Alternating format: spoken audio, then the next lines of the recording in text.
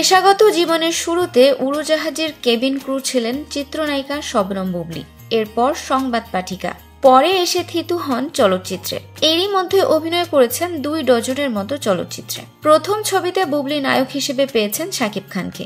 পরপর কয়েকটি ছবিতে শাকিব খানের বিপরীতে নায়িকা হয়ে আলোচনার কেন্দ্রবিন্দুতে আসেন এই নায়িকা। জীবনের প্রথম সিনেমায় এই নায়িকা সম্মানী পেয়েছিলেন 5 লাখ টাকা। প্রযোজক পরিচালক সূত্রে তেমনটাই জানা গেছে। কয়েক বছর ধরে বুবলী সমান তালে চলচ্চিত্রে কাজ করছেন। ওটিটিতেও তার একাধিক চলচ্চিত্র মুক্তি পেয়েছে। ঈদে মুক্তির কথা রয়েছে জঙ্গলি ছবিটির। সর্বশেষ শুটিং করেছেন পিনিক নামের একটি চলচ্চিত্রে। প্রস্তাব পেয়েছিলেন গোলাপ চলচ্চিত্রেরও, তবে সম্মানীর বনিবনা না হওয়ায় ছবিটিতে কাজ করা হয়নি তার। খোঁজ নিয়ে জানা গেছে প্রতি ছবিতে বুবলী সম্মানী নিচ্ছেন 6 থেকে 10 লাখ টাকার মধ্যে।